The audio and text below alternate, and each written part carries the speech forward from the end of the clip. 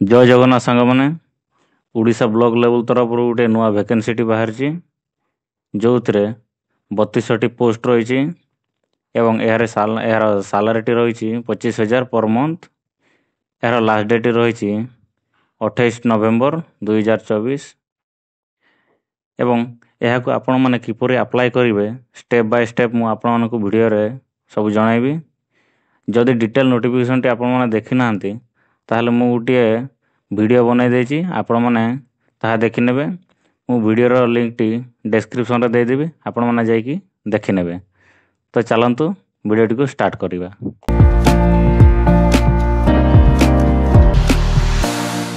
Fast Chrome browser टी open करनेबे then search करिवे ओडिशा गवर्नमेंट जॉब।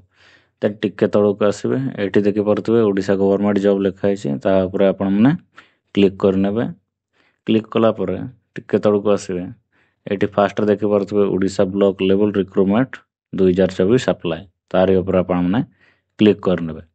देन आपण माने टिके तळक आसीबे तळक आसला परे आपण मानक गोटे लिंक देखा जिवो एठी लिखा हैछि जे अप्लाई लिंक तारि ऊपर आपण माने क्लिक करनेबे। क्लिक कला पर एभलिया पेज टी ओपन हो। देन आपण माने निजर स्टेट टी को एठी सिलेक्ट करनेबे देन सबमिट पर क्लिक करनेबे। एठी देखि परतबे आपनकर स्टार्ट डेट लिखा हैछि 11/11/2024 ऑलरेडी स्टार्ट हो जायछि। लास्ट डेट टी रहिछि 28/11/2024 रहिछि। देन क्लिक हियर ऊपर आपण माने क्लिक करनेबे। देन टिके तळक आसीबे आपण माने एठी टिक चिन्ह टी को मार देबे देन अप्लाई पर क्लिक करनेबे। देन ए भड़े एप्लिकेशन आपण मानकु ओपन हबो। ओपन हला परे एठी आपण माने देखि परतबे पोस्ट अप्लाइंग फॉर एठी आपण माने निजर क्वालिफिकेशन अनुसार पोस्ट टी को सिलेक्ट करिवे जे आपण माने को पोस्ट टी अप्लाई पई एलिजिबल होउचंती ताहा आपण माने एठी सिलेक्ट करनेबे। सिलेक्ट कला परे आपण माने एठी पर्सनल इन्फॉर्मेशन रे निजर डिटेल देबा को पड़ियो। फर्स्ट आपण ना टी दे देबे देन आपण मानकु फादर नेम टी देबा को पड़ियो तापरे मदर नेम दे देबे देन डेट ऑफ बर्थ दे देबे तापरे आपण मानकु निजर एज देबा को पड़ियो। देन आपण मानकु नेशनलिटी सिलेक्ट करिया पई पड़ियो then religion then gender then आपण माने निजर कैटेगरी टी को सिलेक्ट करनेबे एटी आपण माने को कैटेगरी आछंती। देन बीपीएल जदि आपण मानकर अछि ताले आपण माने यस करनेबे आ जदि नाही आपण माने एटी नो करनेबे। देन फोटो टी को अपलोड करिया पई पड़ियो आपण मानकु पासपोर्ट साइज फोटो जोटा कि 150 केबी रु कम हैथिबा दरकार ता आपण माने एटी अपलोड कर देबे। देन आमे जदि कम्युनिकेशन डिटेल टी देखिबा ताले आपण माने एटी देखि परतबे प्रेजेंट एड्रेस एटी आपण माने निजर प्रेजेंट एड्रेस टी को एंटर करनेबे। एंटर कला पर आपण माने परमानेंट एड्रेस जदि प्रेजेंट एड्रेस आ परमानेंट एड्रेस आपण मानकर सेम अछि ताले एटी टिक मार देबे आ जदि सेम नाही ताले एटी परमानेंट एड्रेस टी दे देबे। देन आपण माने एटी निजर फोन नंबर टी को एंटर करनेबे। एंटर मार सारला पर आपण माने ईमेल टी को एंटर मार देबे।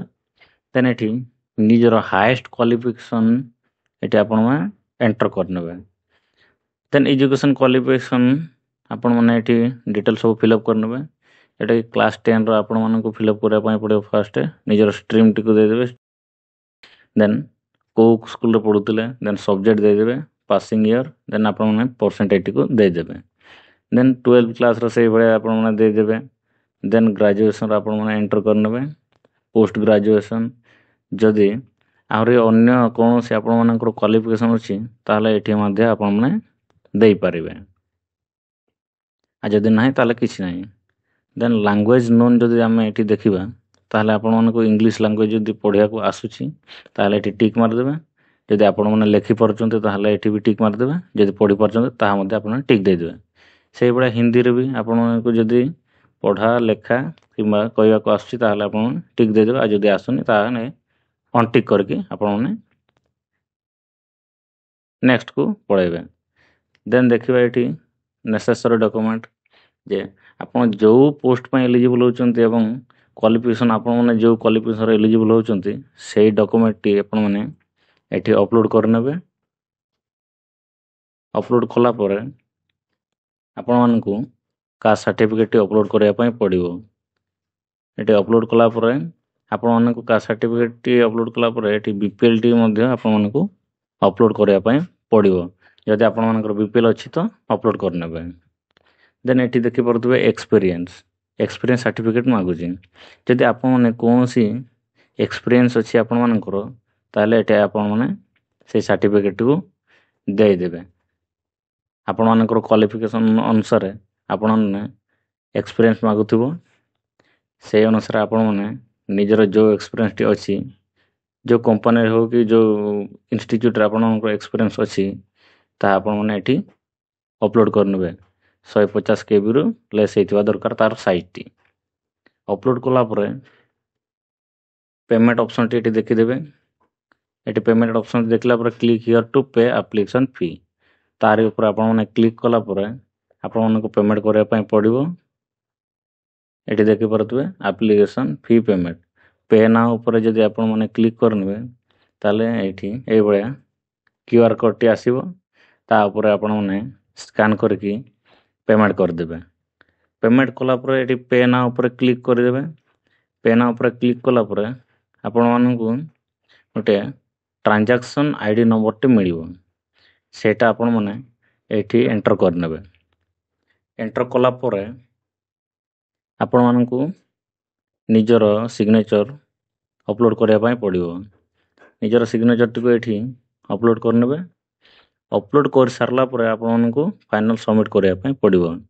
ଏଠି ସବମିଟ୍ ଉପରେ କ୍ଲିକ୍ କରିନେବେ। ସବମିଟ୍ ଉପରେ ଆପଣମାନେ ଯଦି କ୍ଲିକ୍ କରିନେଉଛନ୍ତି ତାହେଲେ ଆପଣମାନଙ୍କର ଆପ୍ଲିକେସନ୍ଟି ସବମିଟ୍ ହେଇଯିବ। ଧନ୍ୟବାଦ।